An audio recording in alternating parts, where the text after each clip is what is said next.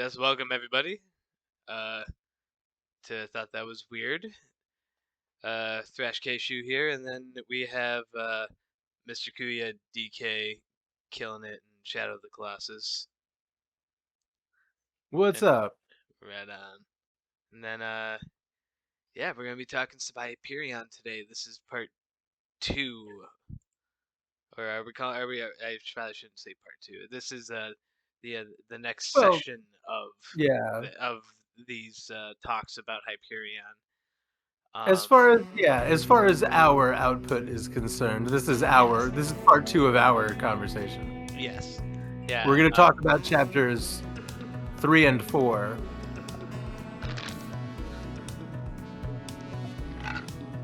Which I'm stoked about because the last two chapters were absolutely like bonkers. I had a field day listening about all these stories from all the stuff from last time. And I think kind of now that I've been looking at it and editing stuff and looking at it a lot, I kind of feel like but that's the other thing is that we'll see if we end up editing every conversation we have or what we end up putting out. Chapter 3 is about Martin Silenus, and it has a lot to do. I guess this chapter's world building has a lot to do, maybe not a lot to do with Old Earth, but it has more to do with galactic society as the result of what happened on Old Earth, which was the big mistake. I said, yeah. So part three is the Poet's Tale. Hyperion Yes. Cantos is The title. Hyperion Cantos. I have no idea what Cantos is. Let's look it up. Um, Because I'm actually not sure if John Keats wrote something called the Hyperion Cantos. The cantos is used a lot. it's an official story. Oh, It's one an of the epic poem written. sections into which certain long poems are divided. Oh, Cantos. Oh, but it's the cantos. So it is all of the sections, I Canto. guess. One section into it. I used to talk about books, and there would be a little argument over how someone's name was pronounced because none of us knew because we all read it. But now I've been listening to it, so I know how they're pronounced, but I don't know how a lot of them are spelled. I Um, really don't know what Braun Lamia's first name is. I don't think it's Brawn. oh, Bromley. I wonder if it's Bron. Braun Lamia is the detective. She is the fifth story. We'll talk about her next week. Okay, very interesting. Lamia is also a poem by John Keats. So Hyperion is a poem by John Keats. Mm. And it does sound like Martin Silenus eventually writes the same poem, but we might get more into that in the second book. Okay. It's interesting because Hyperion Cantos is the title of the series of books. He and I guess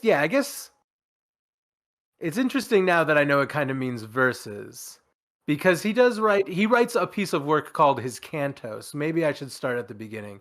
Martin Silenus was born on Old Earth. He is by far the oldest character in the book. He is like 1,000. There was technology on Old Earth that would extend your lifespan. I can't believe I don't remember it all. I couldn't remember it when I was talking about it when I was making the video, but there is a treatment that you get every couple of years that will extend your life. And a lot of the people on Old Earth, the early technology, like when Martin Silenus is first observed by one of the other characters, like the consul maybe, he observes that there is a blue sheen to Martin's hands. And they mention that like a lot of the people on Old Earth, the earlier whatever this treatment was called, it would turn people straight silver blue. Kind of like, wasn't there someone that was trying to, like, there was a historical figure. Wow. There's a historical figure that has absolutely nothing to do with this, which is funny because this does have to do with Earth history and some historical figures. But there was a guy that was like, he turned like silver blue. I think it was because he was taking something that he thought would prevent poisoning. He was afraid of being What? uh, assassinated. Okay. I don't know if it was like silver nitrate with like potassium. What do you? Potassium iodide is what you eat if you think that radiation is going to be a problem. Potassium iodide? I didn't realize that Yeah. was a. Oh yeah, because Mm, for some kind of, I guess, iodine. I don't know if it's iodide or iodine, but iodine I think is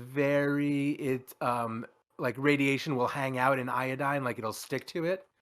But if you take potassium iodide, whatever it is, it'll like sit in like your kidneys or your liver, like that iodide instead of the like you're less likely to absorb radioactive iodide or something if you already have potassium iodide in your system. I just did a very bad job of explaining what it is, but yes. Potassium. Anyway, Oh yeah. It's a type of iodine that is not radioactive. Can be used to help block one type of radioactive material, radioactive iodine, I-131, from being absorbed by the thyroid. Okay. yep, So there you go. it's basically rad. It's like in the Fallout world, it's basically Radaway. Radaway. Yeah. Okay. Yes. Cool. Interesting. Good to know. Um, But I'm sorry. so I Go don't ahead. know if that story has something to do with why he described the people on Old Earth as being blue silver, or if he, or but there is a ton of human society refused to change and became corrupt and decadent. There's a lot of that kind of vibe. So the Yeah. human in Hyperion. Yeah, basically the like mankind, like almost in the what is it, Revelations, where some ascended to the heavens and some remained on earth and toiled, and basically Yep. like, yeah. Oh So they no. remain. So they What the yeah. what the That was hell was that? Lakitu. That was the fucking camera spun around. What the Fuck me. dude, the horse did like a little like side barrel flip thing. What Right, the because I was holding like forward, and then the camera spun, and the direction I was holding became like wrong, and so he's turned around and died. what in the world was that? Incredible. That I feel like that has happened to me a I couple times. I've been there. I know them feels. Oh man, you gotta It's see. an old sort of situation when you walk through a door holding a stick in one direction and then immediately turn around because your guy is now facing. I feel like I'm going to learn more about the big mistake. I'm still like kind of in the middle. Book two is like, I feel like it's 3 times as long as this first book. It's almost like maybe we'll talk about the Dark Tower someday. Like, Most of the first book is the past. They're talking about what has happened. right. Okay. Um, Yeah, so everyone turned blue, and then it might have actually been a sabotage of the planet. There's been rumbling. The second book has a lot more to do with the CEO of Man and all of her meetings and goings ons and trying to figure out what's going on in the galaxy. And there is some rumbling that the big mistake may have been an intentional act either by humanity or by an intentional action on the part of either the ousters or the technocore. I wasn't sure if the ousters existed then or if they came along after the big mistake or if there was even a hegemony. The world web existed when the big mistake occurred. But the big mistake, and I told you last time, a black hole appeared in the center of the planet, which is what maybe we're trying to do in Eastern Europe right now. Oh, right, with the CERN collider. Yeah, so maybe just like maybe this all already happened. Maybe the world Mm. already ended and Metal Gear Solid was a documentary and also this And because oh man, in the Final Fantasy house, people were right. maybe uh I swear I think about Metal Gear Solid 2 every day. I still haven't played that one. I need. It's about something called the Selection for Societal Sanity, which is Okay. basically a net of AIs that are watching the internet, watching memes, and using memes and bots to steer society in whatever weird direction that AI decides to go. And I swear to God, someone went back in time and made that shit as a warning to us. Unless it all already happened. Unless the world ended long ago and we're all in a simulation. And that's our last, that's somebody, Hideo Kojima knows the truth. Metal Gear Solid 2 is his documentary, his warning to the world. Oh But boy. I think about the selection for societal sanity Mm, every day. that's so It's interesting. so it's so spot on to what's going on with Twitter and the internet and Reddit and just bots and memes. Bots and Uh, memes running the world. That's what MGS2 is about. Jeez. Yeah, so CERN creates a Mm, black hole and the planet slowly dies. Um Martin stays on and it does so it doesn't yeah, the planet doesn't blink out of existence. It's like, mm, there are earthquakes and volcanoes. The planet is fucked. It's slowly dying. The Earth is destroyed, and Martin's mother, with like the last of their fortune, they were a rich family. That's how they could afford to be so old. With the last of their fortune, she like she buys, him transport on some, primitive technology spaceship going to some, new colony. And, he is put into hyperspace. And again, all of this technology is new and doesn't really work right. So, he doesn't know really where the timeline of old Earth is when he wakes up. But that's the least of his concerns because he seems to have lost his ability to speak coherently. Like he's been brain damaged in some way after his space flight. And he ends up on a work colony where they put him to work because he can barely communicate. And he talks about like as he's telling the story, I feel like he talks about feeling like he was, had no sense of what was going on and like had lost because obviously he recovers. But temporarily he loses almost mm, just his consciousness. He was barely even conscious of what's happening to him at this point in the story. But he begins to write somehow, even though he talks about, the 7 words you're not allowed to say on TV by George Carlin. yeah, I'm familiar. I don't know exactly what they are, but he like mentions that his vocabulary it listening to this on the audiobook, it sounded like it was exactly the George Carlin routine when he was talking about the amount of words he could use because it was basically, piss, shit, hooker, whatever. Mm, Um but he begins to write somehow. I guess he slowly starts getting language back mhm, and he begins to write and he writes what he refers to it as his cantos, which we now know to mean his verses. mm, He does eventually write something called the Hyperion Cantos, and now I'm looking back on it, and I was definitely high listening to it, and maybe it was the Hyperion Cantos all the time. The reason that I'm not positive is because I have not read Hyperion. But I have read some of. We both looked at Hyperion a little bit, and I mm, read a few pages of it. The poem by John Keats, mm, but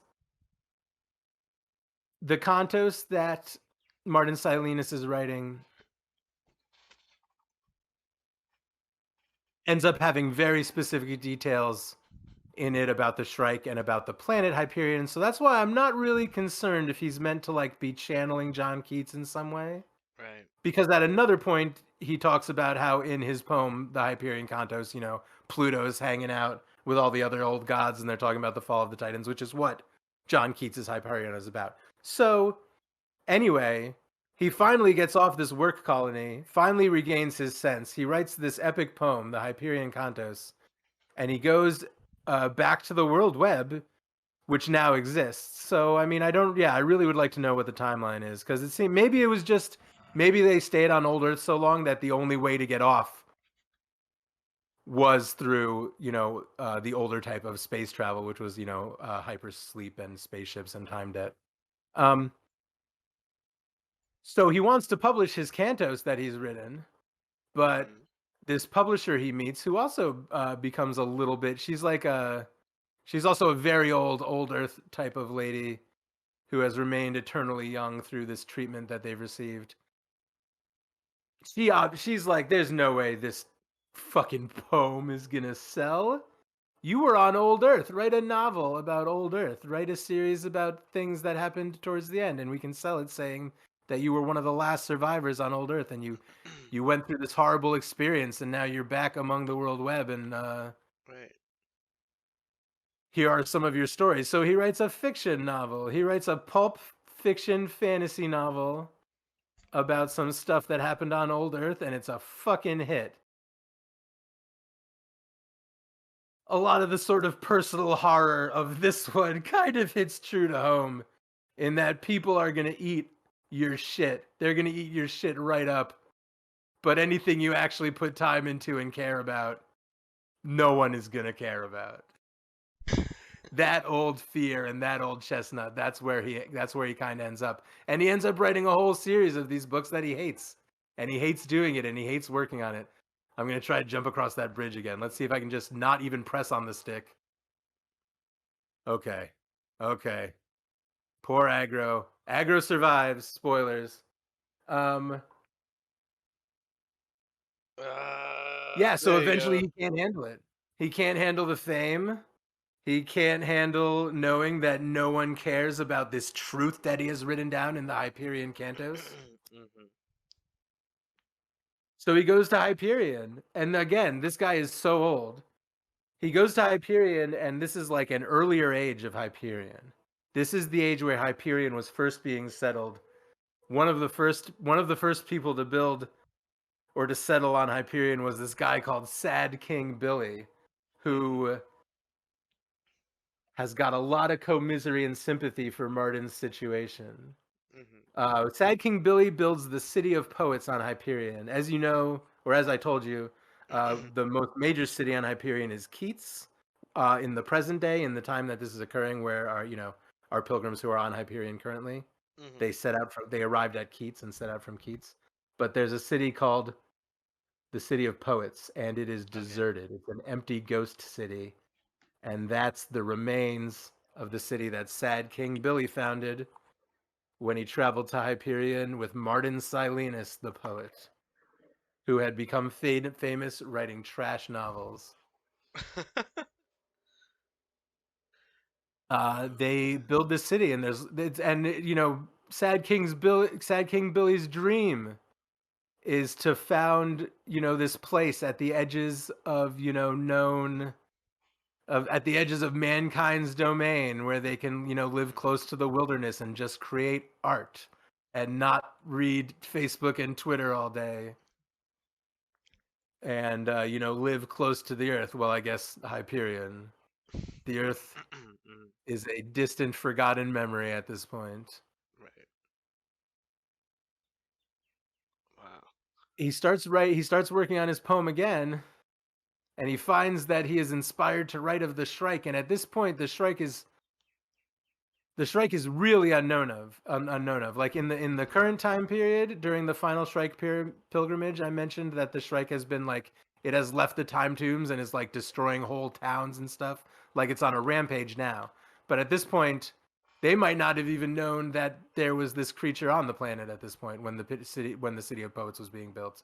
But Martin is inspired by visions of the Shrike, and he starts writing about it, and he starts writing about it coming and finding men and women and killing them.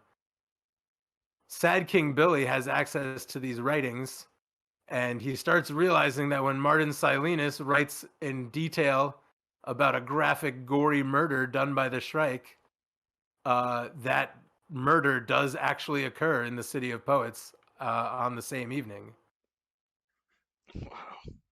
And Martin is almost, when they discover this, Martin is not sure if he is somehow, if his writing is coming true, if he has somehow created this creature. Uh,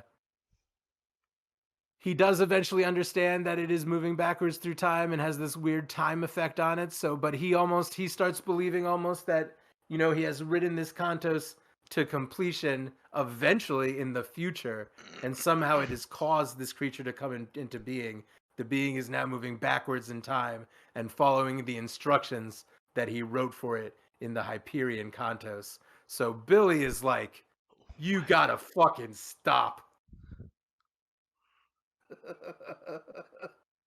It's very Oh. clear to Sad King Billy Hmm. that Martin should stop writing about murders Well, if the yeah. murders are happening. But the Hyperion Cantos has become, it's become Martin's heart. It's his truth. It's his Cantos. Like Right. he's always talking about his Cantos. Like this is, he has put down the truth. Hmm. Wow. So when this kind of comes to a head, Sad King Billy gathers up Martin's manuscripts and he's gonna burn them. Hmm. Martin is very upset and he doesn't know what's going on, but he almost feels like if he's really doing this, if he's the one that is causing all of this death and pain, he's not sure. He's not sure if he cares. I mean, is it Hmm. might if this is all because of him, it might that might be his truth. That might be what he was always supposed to do. You know, this guy is really unstuck in time and feels. What does Loki say? He's got the burden of terrible purpose or whatever. Sad King Billy begins to burn the manuscripts, and the Shrike appears. Martin still doesn't really think it's something that exists, but now it definitely does. It appears and it takes Sad King Billy away. The way he comes away from the situation is, on one hand, he's furious that his manuscripts have been burned. Like, he really, that's what he cares about. The Hmm. entire reason he returns to Hyperion is because he feels like he needs to. He feels like he has some connection to Hyperion or to the Shrike, and that it has something to do with the Hyperion Cantos that he's written. And in the second book, when he talks about the context of the Cantos, he describes Hyperion by James Keats. Like he basically describes he has written the same poem, but he doesn't. I mean, he knows who John Keats. He knows who John Keats is, but I don't think he has made the connection that he's written the same poem that John Keats did. But anyway, he returns to Huh. Hyperion because he feels burdened with terrible purpose. You know what? There He was that. feels like, What was that movie with the some like 20 something hits his head, and then he plays a Beatles song, and people are like, "Oh wow, that song's amazing. What is that?" And people believe that he wrote all these Beatles songs, but he like went through a parallel universe or some crap, or oh, died is that where possibly. the Beatles never existed? Yeah, whatever movie that was. Hold on, I think it was called Yesterday. That would be a pretty good title. You ever see Hot Tub Time Machine? No, but I love John Cusack. One of the characters in Hot Tub Time Machine, basically, they go back to the, Hmm. yeah. So what happens is they go back to the '80s from the 2000s or whatever. Hmm. One of them stays behind, and he basically just invents everything. But one of the first things he does is he becomes Motley Crue because he knows all their music. So he just records all of their music. But then he invents Google and he What? just does everything you would do if you knew what the future was going to be. I don't really know what happens in the first Total Recall movie because I feel like it's supposed to be vague, but like I don't know if the original guy was Doug Quaid. I guess he was, Wait, but there's two maybe Total not. Recall Right, there's movies? two things that might happen. Either he was Doug Quaid and and intentionally erased his memory because he thought he would be able to convince the new guy to become Doug Quaid again. But what also might happen is that Arnold is just has had a broken AI thing happen to his brain, and as a result, he's having this alternate history life that, you know what the clue is? Hmm. when you because you know basically what the plot is, obviously, right? He goes into Mm, this clinic and he's going to have a vacation mm, implanted in his mind. right. And so like in the background of like while they're setting him up for it, Hmm. and after he goes through this procedure, that's when he finds out that he was a man who wiped his memory on purpose. But in the background, two of the techs are like going over the specs of the vacation they're gonna give him, and like one of them like looks at the clipboard and says, "Oh, blue skies on Mars. I love this one." And then like the last scene of the movie is literally blue skies on Mars, and like Arnold and the girl like sitting in the on the on the plains looking at the first blue skies. That's wild. I think maybe once the poem is destroyed, when he rewrites it, Hmm. maybe the rewrite is the Hyperion Cantos, which he describes as being about the old gods and Pluto in the valley. Hmm. Because he write his his goal in returning to Hyperion, he feels like he needs to be there for some reason involving this Cantos that he's written about this planet. He feels like there's going to be some full circle. But I that's yeah. yeah. So that's Martin's story. Martin's story is about old Earth and the pain ah of being an artist. Oh, you dude. it's just like real. Like honestly, I cannot say enough nice things about this game. This Hmm. encounter is a piece of shit. It is a poorly designed It attempt at something really epic. It's a piece of shit. The camera doesn't work right. It's so floppy you can't tell what's going on or what you're supposed to do. it's infuriating. It's a bad end to the game. Indeed. But that's chapter 3. Martin Silenus, the Hyperion Cantos, the Poet's Tale. Right on. Yo, thank you for hanging out. Thank you for listening. Thank you for being here. Of course, tune in to Thought That Was Weird with me, Koya DK, and Thrash Keishu, who is great, on Tuesdays at 5:30 p.m. Eastern. That is on twitch.tv/ that Thrash Keishu, and also koyadk.tv, which will be showing either my YouTube stream or my Twitch stream, which is located at Twitch. You know what? There will be all the links below. Check out Thrash on Twitch and YouTube and everywhere in Discord.